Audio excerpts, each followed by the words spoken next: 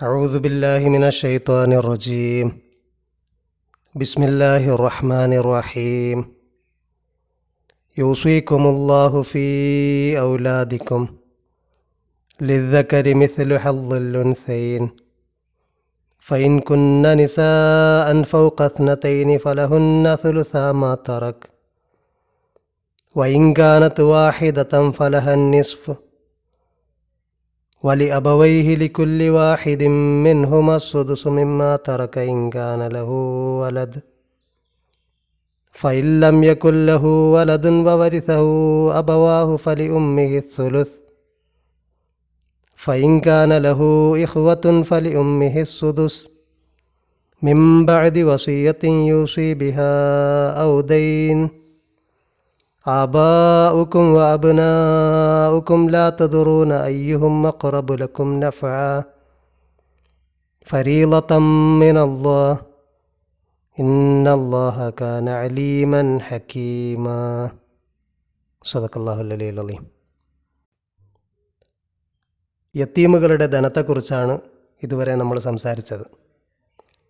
അനന്തര സ്വത്തിൽ നിന്ന് ജാഹിലിയ കാലത്ത് അവർക്ക് വീതം കിട്ടിയിരുന്നില്ല എന്ന് നമ്മൾ പറഞ്ഞു.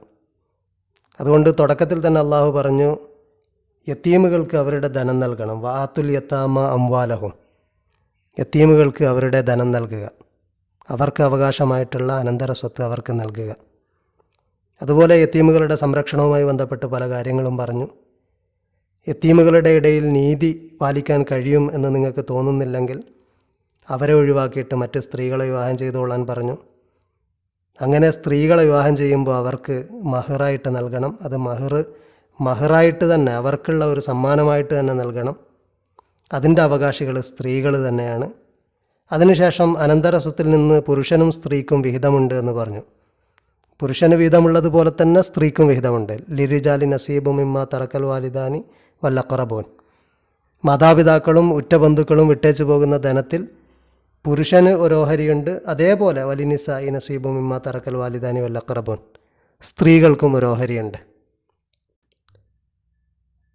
തുടർന്ന് അള്ളാഹു അനന്തര സ്വത്ത് ഭാഗിക്കുന്ന സമയത്ത് നമ്മുടെ വലയത്തിലുള്ള മിസ്കീനുകൾക്കും ബന്ധുക്കൾക്കും യത്തീമുകൾക്കൊക്കെ ധനം നൽകാൻ, അവർക്ക് റിസ്ക്കായിട്ട് നൽകാനും അവരോട് നല്ല രീതിയിൽ പെരുമാറാനും ഒക്കെയുള്ള കൽപ്പന നൽകി. അതിനുശേഷം ഒരു താക്കീതായിട്ട് യത്തീമുകളുടെ ധനം ഭക്ഷിക്കുന്നവർ സ്വന്തം വയറ് തീയിനാലാണ് നിറക്കുന്നത് എന്നും അവർക്ക് കത്തിയെരിയുന്ന നരകമുണ്ട് എന്നുമുള്ള ഒരു താക്കീത്, ഒരു വാണിംഗ് അള്ളാഹു നൽകിയതിന് ശേഷമാണ് അനന്തരാവകാശ നിയമങ്ങൾ അള്ളാഹു പറയുന്നത്. അനന്തര സ്വത്തുമായി ബന്ധപ്പെട്ട വിഷയങ്ങൾ തന്നെയായിരുന്നു യത്തീമുകളുടെ സംരക്ഷണത്തിൻ്റെ കാര്യത്തിൽ തുടക്കം മുതലേ പറയുന്നത്. യത്തീമുകളുടെ കാര്യത്തിലും സ്ത്രീകളുടെ കാര്യത്തിലുമൊക്കെ അനന്തരാവകാശത്തിലാണ് വലിയ അനീതി നിലനിന്നിരുന്നത്. ഇമാം ഖുർത്തുബി റഹ്മഹുള്ള പറയുന്നു, വക്കീല ഇന്ന അഹ്ലൽ ജാഹിലിയത്തി കാനു ലാ യുഅരിസൂന ഇല്ലാ മൻ ലാഖൽ ഹുറൂബ വഖാതലൽ അദുവ. ശത്രുക്കളോട് യുദ്ധം ചെയ്യാൻ കഴിയാത്ത ആളുകൾക്കൊന്നും ജാഹിലിയ കാലത്ത് അനന്തര സ്വത്ത് കിട്ടിയിരുന്നില്ല. യുദ്ധത്തിൽ പങ്കെടുക്കാൻ കഴിവും ശേഷിയുമുള്ള മുതിർന്ന പുരുഷന്മാരായിട്ടുള്ള ആളുകൾക്ക് മാത്രമാണ് അനന്തര സ്വത്ത് കിട്ടിയിരുന്നത്. ഒരാൾ മരണപ്പെട്ടു കഴിഞ്ഞാൽ ആണിലൂടെയുള്ള ബന്ധുക്കൾക്ക്, പിതാവിലൂടെയുള്ള ബന്ധുക്കൾക്ക് അല്ലെങ്കിൽ മക്കൾക്ക്, അങ്ങനെ പുരുഷ ബന്ധുക്കൾക്ക് പിതാവ്, മക്കൾ, പിതാവിൻ്റെ സഹോദരന്മാർ അല്ലെങ്കിൽ പിതാവിൻ്റെ പിതാവ്, ഇങ്ങനെ ആണിലൂടെ പോകുന്ന ബന്ധങ്ങൾ, അവർക്ക് മാത്രമാണ് അനന്തര സ്വത്ത് നൽകിയിരുന്നത്. അതും ചെറിയ കുട്ടികൾക്ക് നൽകിയിരുന്നില്ല. യുദ്ധം ചെയ്യാനൊക്കെ കഴിയുന്ന ആളുകൾക്ക് മാത്രമാണ് അനന്തര സ്വത്ത് ജാഹിലിയ കാലത്ത് നൽകിയിരുന്നത്. അദ്ദേഹം തുടർന്ന് പറയുന്നു, ഫ നസലത്തിൽ ആയത്തു തബീനൻ അന്ന ലിക്കുല്ലി സഗീരിൻ വ കബീരിൻ ഹല്ല. ഈ ആയത്ത് വിശദീകരിക്കാൻ വേണ്ടി വന്നതാണ്, വ്യക്തമാക്കാൻ വേണ്ടി വന്നതാണ്. അന്ന ലിക്കുല്ലി സഗീരിൻ വ കബീരിൻ ഹല്ല, ചെറിയവർക്കും വലിയവർക്കുമൊക്കെ അനന്തരത്തിൽ ഓഹരിയുണ്ട്. അനന്തരാവകാശ നിയമം പറഞ്ഞു തുടങ്ങുന്നത് യൂസീക്കുമുല്ലാഹു ഫി ഔലാദിക്കും, നിങ്ങളുടെ മക്കളുടെ കാര്യത്തിൽ അള്ളാഹു വസിയത്ത് ചെയ്യുന്നു എന്ന് പറഞ്ഞിട്ടാണ്. യൂസീക്കുമുല്ലാഹു ഫി ഔലാദിക്കും. സൂറ അൽ ബഖറയിൽ അള്ളാഹു ഒരാൾ മരിക്കുമ്പോൾ വല്ല ധനവും വിട്ടേച്ചു പോകുന്നുണ്ടെങ്കിൽ അവർ വസിയത്ത് ചെയ്യണം, വസിയത്ത് അവർക്ക് നിയമമാക്കിയിട്ടുണ്ട് എന്ന് പറയുന്നുണ്ട്. ഇക്കാര്യം നമ്മൾ വിശദീകരിച്ചതാണ്. സൂറ നിസായിലെ ആയത്തിന് മുമ്പ് അള്ളാഹു അവതരിപ്പിച്ച ആയത്തിൽ പറയുന്നത്, കുത്തിബ അലൈക്കും ഇദാ ഹളറ അഹദക്കുമുൽ മൗത്തു ഇൻ തറക്ക ഹൈറനിൽ വസിയ്യത്തുലിൽ വാലിദൈനി വൽ അഖ്റബീൻ ബിൽ മഅറൂഫ്, മഅറൂഫ് അനുസരിച്ചിട്ട് വാലിദൈനും അതുപോലെ അഖ്റബീനും മാതാപിതാക്കൾക്കും ഉറ്റ ബന്ധുക്കൾക്കും അവർക്ക് വസിയ്യത്ത് ചെയ്യണം എന്ന് അള്ളാഹു നിയമമാക്കിയിരിക്കുന്നു. ഇവിടെ സൂറ നിസായിൽ അള്ളാഹു തന്നെ വസിയ്യത്ത് ചെയ്യുകയാണ്. അള്ളാഹു നിയമമാക്കിയിട്ടുണ്ട് എന്ന് പറഞ്ഞ വസിയ്യത്ത് അള്ളാഹു ഇവിടെ വ്യക്തമാക്കുകയാണ്. നിങ്ങളുടെ മക്കളുടെ കാര്യത്തിൽ ഇത് അള്ളാഹുവിൻ്റെ വസിയ്യത്താണ്. ലിദ്ദക്കരി മിസിലു ഹല്ലിൽ ഉൻസൈൻ, ആൺകുട്ടികൾക്കുണ്ട് മിസിലു ഹല്ലിൽ ഉൻസൈൻ, 2 പെൺകുട്ടികളുടെ ഓഹരിക്ക് സമമായത് ഉണ്ട്. ഇവിടെ ആൺകുട്ടികളുടെ ഓഹരിയെ പെൺകുട്ടികളുടെ ഓഹരിയുടെ ബേസിൽ പറഞ്ഞതിൻ്റെ ഹിക്മത്തായിട്ട് പല മുഫസ്സിറുകളും, ഉദാഹരണത്തിന് ഇബ്നു ആഷൂർ റഹ്മത്തുള്ളാഹി ഇക്കാര്യം സൂചിപ്പിക്കുന്നുണ്ട്. അദ്ദേഹം പറയുന്നത് സ്ത്രീകൾക്കുള്ള അവകാശമായിരുന്നു നിഷേധിക്കപ്പെട്ടിരുന്നത്. അതുകൊണ്ട് ആൺകുട്ടികളുടെ ഓഹരിയുടെ ബേസായിട്ട് പെൺകുട്ടികളുടെ ഓഹരി അള്ളാഹു എടുത്തു പറയുകയാണ് എന്നാണ്. അനന്തരമെടുക്കുന്നവരായിട്ട് ആൺകുട്ടികളും പെൺകുട്ടികളും ഉള്ളപ്പോഴാണ് സ്വത്ത് 1:2 എന്നുള്ള റേഷ്യോയിൽ ഭാഗിക്കാൻ അള്ളാഹു പറയുന്നത്. അനന്തരമെടുക്കുന്നവരായിട്ട് പെൺകുട്ടികൾ മാത്രമാണുള്ളതെങ്കിൽ ഫൈൻകുന്ന നിസാ അൻ ഫൗക്കസ്നത്തൈനി, 2-ലധികം, ഫൗക്ക എന്നുള്ള വാക്കിന് അധികമെന്നും ഉപരിയായി എന്നുള്ള അർത്ഥമുള്ളതോടൊപ്പം 2 ഉൾപ്പെടെ എന്നതാണ് ശരിയായ അർത്ഥം. അതുകൊണ്ട് 2 ആണെങ്കിലും 2-ൽ കൂടുതലാണെങ്കിലും പെൺകുട്ടികൾ 2ഓ 2-ൽ കൂടുതലോ ഉണ്ടെങ്കിൽ ഫലഹുന്ന സുലുസാമാ തറക്ക, മരണപ്പെട്ട ആൾ വിട്ടേച്ചു പോകുന്ന ധനത്തിൻ്റെ 3/2 വിഹിതം അവർക്കുണ്ട്. 2/3 ഭാഗം അവർക്കുണ്ട്.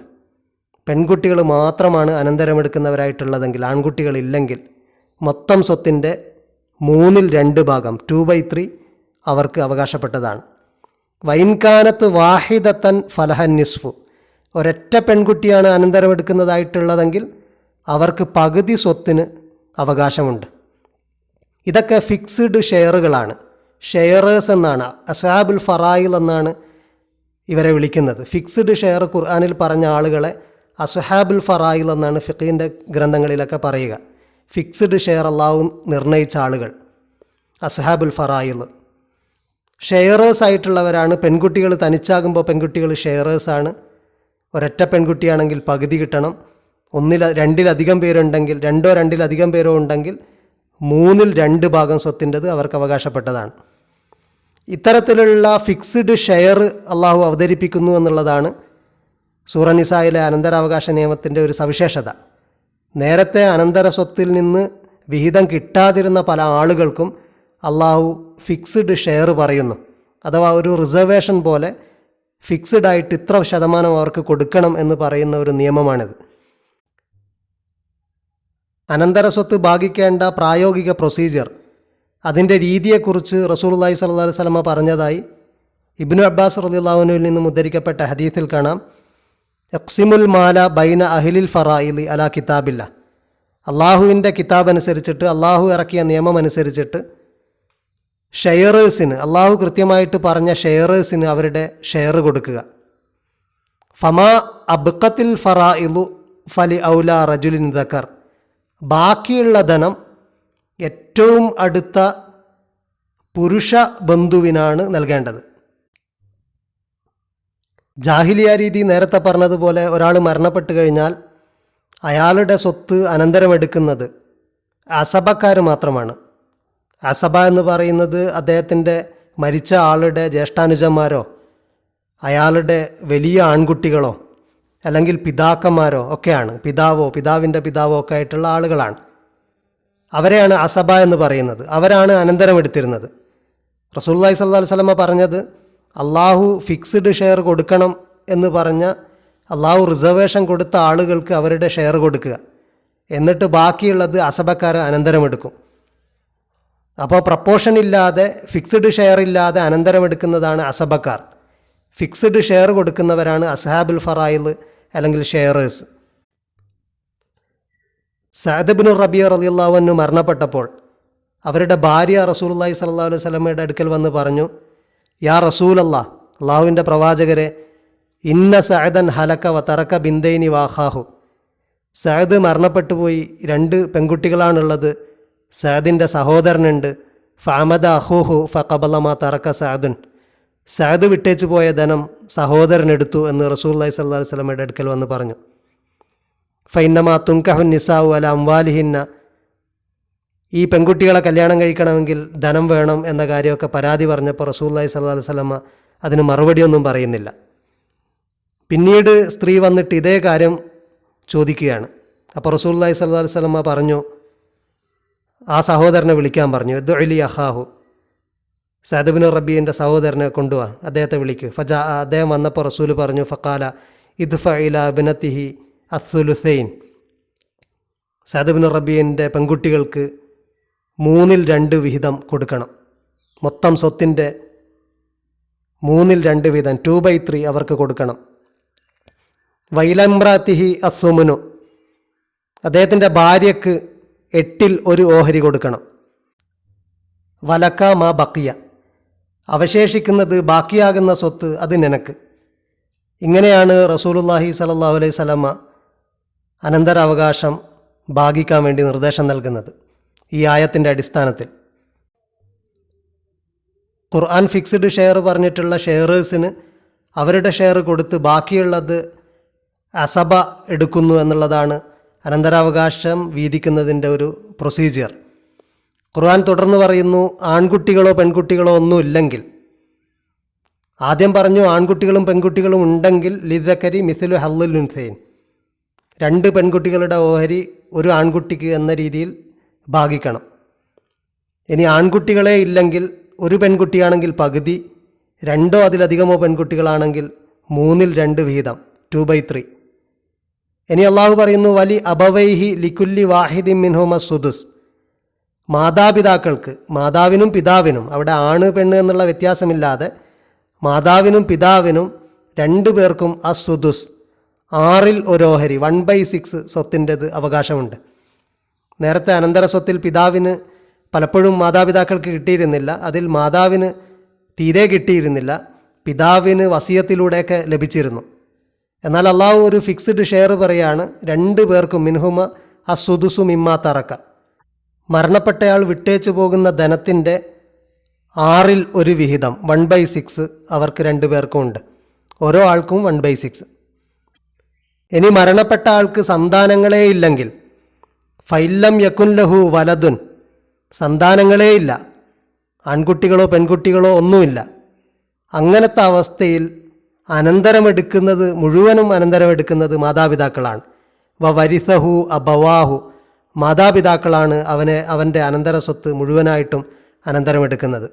അങ്ങനെ അനന്തരമെടുക്കുന്ന സമയത്ത് ഫലി ഉമ്മിഹി സുലുസ്, ഉമ്മാക്ക് കിട്ടുന്നത് 1/3, അപ്പോൾ സ്വാഭാവികമായിട്ടും ഉപ്പാക്ക് കിട്ടുന്നത് 2/3, ഉമ്മാൻ്റെ സ്വത്തിൻ്റെ നേരെ ഇരട്ടി. അള്ളാഹു ഇവിടെ ഫിക്സ്ഡ് ഷെയർ പറയുന്നത് ഉമ്മാക്ക് മാത്രമാണ്, ബാക്കി എന്താണോ ആകുന്നത് അത് ഉപ്പാക്ക്. അതുകൊണ്ട് ഉമ്മാൻ്റെ ഫലി ഉമ്മിഹി സുലുസ്, ഉമ്മാക്ക് 1/3, സ്വാഭാവികമായിട്ടും ഉപ്പാക്ക് 2/3. ഫൈൻകാന ലഹു ഇഹ്വത്തുൻ, ഇനി സഹോദരന്മാരുണ്ടെങ്കിൽ, മരണപ്പെട്ട ആൾക്ക് സഹോദരന്മാരുണ്ട്. സഹോദരന്മാർ 3 രീതിയിലാണ്. ഒന്ന് പൂർണ്ണ സഹോദരന്മാർ, അതായത് ഉപ്പയും ഉമ്മയും സെയിം, ഒരേ ഉമ്മാൻ്റെയും ഉപ്പാൻ്റെയും മക്കൾ, അങ്ങനത്തെ സഹോദരന്മാർ. അല്ലെങ്കിൽ ഉപ്പ സെയിമായിട്ടുള്ള സഹോദരന്മാർ, 2 ഉമ്മയുടെ മക്കളാണ്, എന്നാൽ അവരുടെ ഉപ്പ സെയിമാണ്.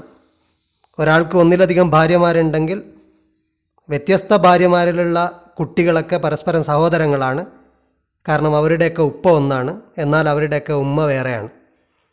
ഇനി മൂന്നാമത്തത് ഉമ്മ മാത്രം സെയിം, ഒരു സ്ത്രീയുടെ ആദ്യ വിവാഹത്തിലുള്ള കുട്ടികളും രണ്ടാമത്തെ വിവാഹത്തിലുള്ള കുട്ടികളും, അപ്പോൾ 2 ഉപ്പയാണ്. ആ സഹോദരന്മാരുടെ ഉപ്പ വേറെയാണ്, പക്ഷേ ഉമ്മ ഒന്നാണ്.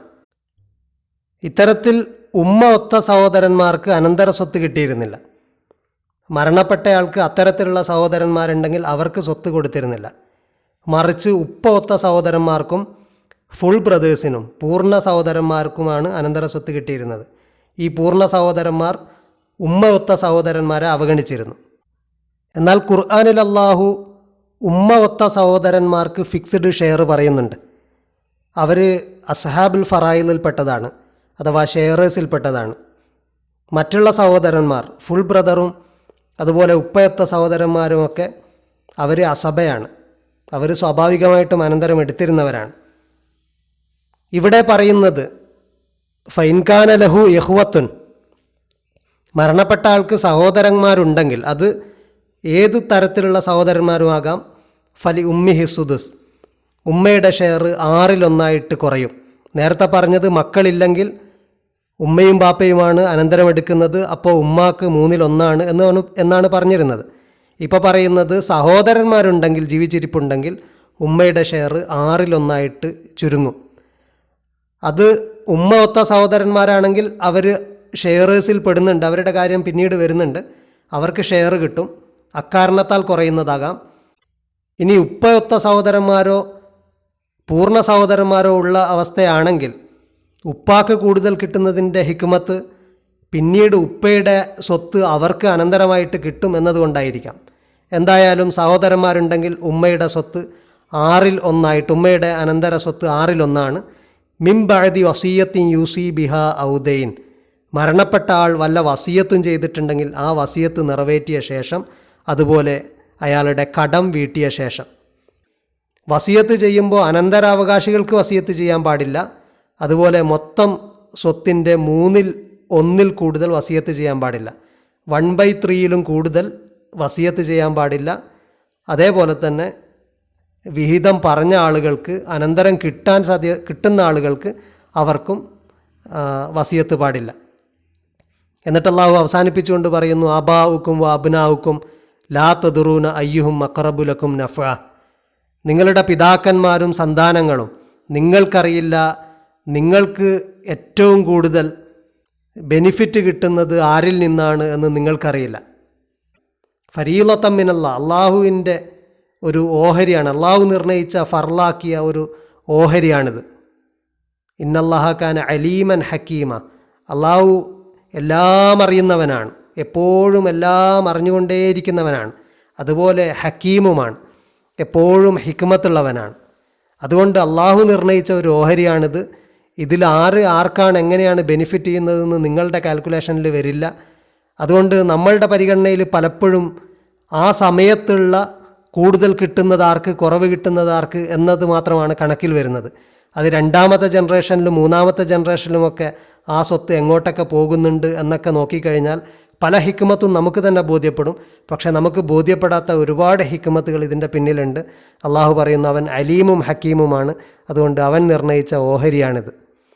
അനന്തരാവകാശത്തിൻ്റെ വിഷയങ്ങൾ ഇനിയും 2 ആയത്തുകളിൽ അള്ളാഹു കൈകാര്യം ചെയ്യുന്നുണ്ട്. അത് മുഴുവനും കഴിഞ്ഞാലാണ് ഇതിൻ്റെ അടിസ്ഥാന തത്വങ്ങൾ നമ്മുടെ മുമ്പിൽ പൂർണ്ണമായിട്ട് ലഭ്യമാവുക. അതിൻ്റെ ബേസിലാണ് മൊത്തം അനന്തരാവകാശം കാൽക്കുലേറ്റ് ചെയ്യുന്ന ഒരു പ്രൊസീജിയർ ഫുഖഹാക്കൾ ഉണ്ടാക്കിയിട്ടുള്ളത്. ഇൻഷാ അല്ലാഹ് നമുക്ക് വരുന്ന ആയത്തുകളുടെ വിശദാംശങ്ങളിൽ അത് പറയാം. വാഖിർ ദഅവാനാ അൽഹംദുലില്ലാഹി റബ്ബിൽ ആലമീൻ.